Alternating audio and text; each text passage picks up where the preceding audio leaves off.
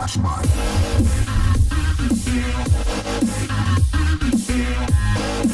How's it going, Rebels? I'm bonding with ASG, and this is Vega Conflict and R Normal. That's right, it's time for some rest and repairs, and as you can see on the right side, I most certainly need it. Got a little overzealous and threw a few too many fleets out there, but I still got a few reserves just in case.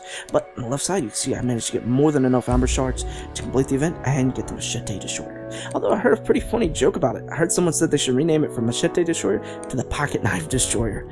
Oh, that was pretty clever. So what am I doing here today? Well, I wanted to go over the new crafting system that's been implemented into the game to pretty much work out and explain how it's going to be operating. It's a fairly simple system that I feel like some players are just feeling like there's too big of a change. They're just like, oh my god, there's something different. I don't like change.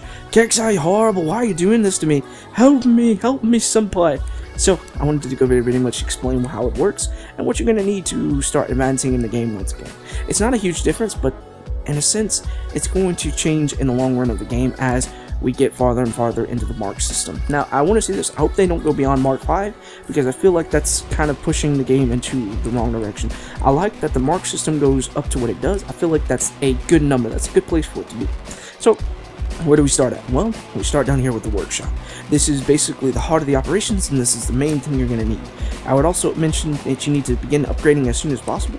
Mine's at 4. It's pretty soon, in about 30 minutes, going to be up to 5, and then I can get on to 6, 7, and 8. I believe 8 is the highest this one will go, while some of the others go up to 10. So, after you get that, what do you go? Oh, by the way, you can upgrade this or build this from the bridge. No researching required other than once you have it on the field. So, let's go up here to our research lab, or our ship lab.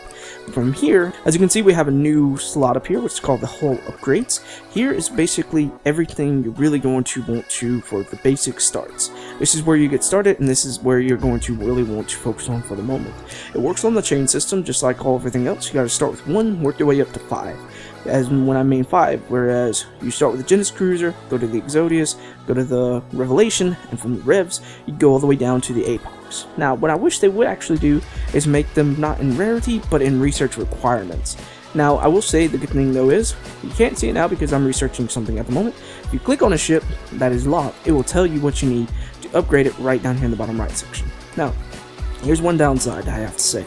For us in-game players who manage to get the carriers, the Valhalla, and the Ragnarok, unfortunately, we're going to have to go out and get the Midgard, because we can't go to the Valhalla or the Ragnarok until we get that research. And since most of us who are at the in-game level don't have a Midgard, that's going to kind of suck for us. We've always kind of looked at players that have to use the Midgards as, you know, it's kind of like, oh, that's so cute, you have a carrier, you think you're a badass. But now we have to go out and get it ourselves, so that's kind of a kick in the butt in a sense. But as, you know, plus side, I do love the new color schemes. I love how we have 3 different sets to match our weapon sets. You know, you've got yellow and orange for energy, you've got the blue and light blue for projectile, and then you have the red and dark red for the explosive base. So that's pretty cool.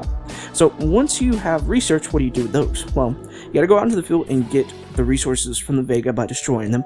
What you do with that? I'm going to get in a little bit more detail on that in just a moment. Once you have the resources from the Vega, you go back into your workshop, and here's where all the magic really happens. As you can see, you have 4 tabs. You've got crafting, which is where you actually create the new marks.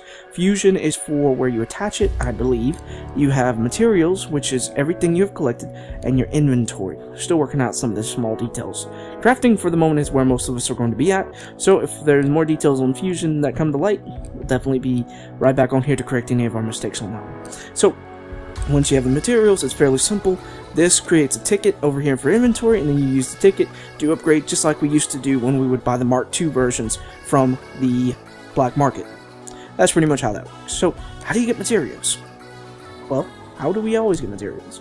We go out and we fight Vegas. Interestingly enough, there are actually 4 different types of material Vegas, as well as the original Vegas. Now, what are the 4 types?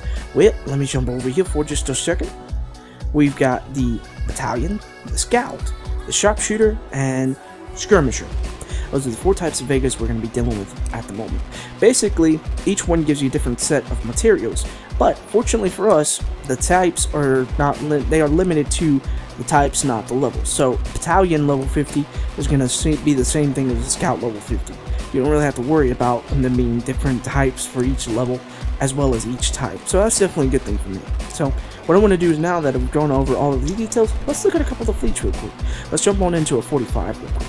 So right here we have 45, and in all honesty, this is definitely something we don't really see that often. I like the way these new fleets look, honestly. They look pretty cool, but the best thing about it is, while they might look slightly intimidating, they're definitely not. They're actually a lot of fun to fight because of how simple they are. They're not complicated as in the riot events or the events themselves. They're not overly difficult, or they're not like over shielded or over armored. They're pretty simple, and in my opinion, that's definitely a good thing. This is something I could definitely see myself doing in my free time, you know, whether I'm taking a lunch break or just out and about and I need something to, you know, burn a few minutes. I could see myself being able to fight these fleets on my mobile and something of that nature. So I'm definitely happy about that. You're about to see my fleet pretty much over on the right get destroyed because it was not ready for it, but my other were more than capable of taking on this 45. I even think, if I'm not mistaken, I take them on in to take on a level 50 as well, and do pretty well. These are definitely fleets that work fairly well when it comes to, you know, guerrilla tactics, which in this particular situation I don't see as being a bad thing. Now, this is pretty much my strategy for this one, is to use my carrier to send out fleets, and because they're 45s, my carrier can actually get squadrons or drones out there and start dealing damage, and the drones can take 1 or 2 hits without being destroyed. But they will pretty much outrange just about anything, so be careful what you send out there. If you do send something out there, make sure they're capable of either outranging or outmaneuvering. One bad thing about it is, just about any projectiles in these new types of Vega fleets, they're very fast. What I mean by very fast is, if you take on, if I'm not mistaken, it's the level 53s, those projectiles are very fast. You're not going to be really strafing or dodging very much of those. So let me jump on over into a 45. Let me jump on over into a 50 real quick. So here we have as one of the level 50s. I think this one is either a scout or a skirmisher. Now, as you can see, it has 1 Corinthian followed by 6 scouts, or 6 frigates. These I found to be very simple to deal with, simply because I could basically strafe using the Gatlings as well as my carrier, as just being able to outmaneuver and outrun the frigates. Now, I will say I like how slow they are. They make it very simple and very easy to deal with, and for me, that was what made it so much fun. I had a lot of enjoyment out of just being able to take a fleet that's at 10% and still manage to win. This tells me that even low-level players are going to be able to fight these fleets. They're going to be able to catch up to us in-game players without a lot of difficulty. And in my opinion, that's a good thing.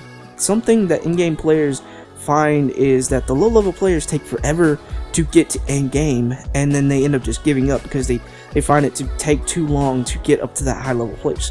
The faster you make it for low-level players to get up to where we are, the more fun we have because there's more players with us in that in-game level. So I'm enjoying this new style, this new type of Vegas, while we still have the old ones as well. Now, one little tidbit, someone was complaining about how the new Vegas, or the new types of Vegas, don't drop as many resources as the old versions. In my opinion, that's not a bad thing. We're already getting a lot from these new kind of Vegas. We're getting materials, we're getting resources, we're getting blueprints, we're getting a whole bunch of different things, and they don't really need to give us a whole bunch of resources. We can attack regular Vegas for that, but they do give enough. They give about, the 50 I think gave almost 6 mil in res, so that's enough considering what we're getting in return other than the resources. I figure that kind of like balances itself out. So as you can see here, I actually do lose one of my revs. I actually lose both of my Furies in this particular situation, but look how well those Gatlings did. I'm thinking about throwing on Strafe instead so that I can outrange it. And I'm actually finding it kind of funny, the weapons they put onto these frigates. Those things are actually pretty annoying when you're being shot at with them, but in actual practical combat, I can't see them being all that useful nonetheless. Alright, Rebels, that's pretty much going to wrap up this whole little explanation of the new crafting system. Let me know down in the comments if I've missed anything, or if there's anything that I might have overlooked. And, well, I think this is a good step. Like I said, if they don't go too overly obsessive with the upgrade system, leaving it at Mark 5 seems like a pretty good place. It could work out pretty well. Alright, later, Rebels. Burning out.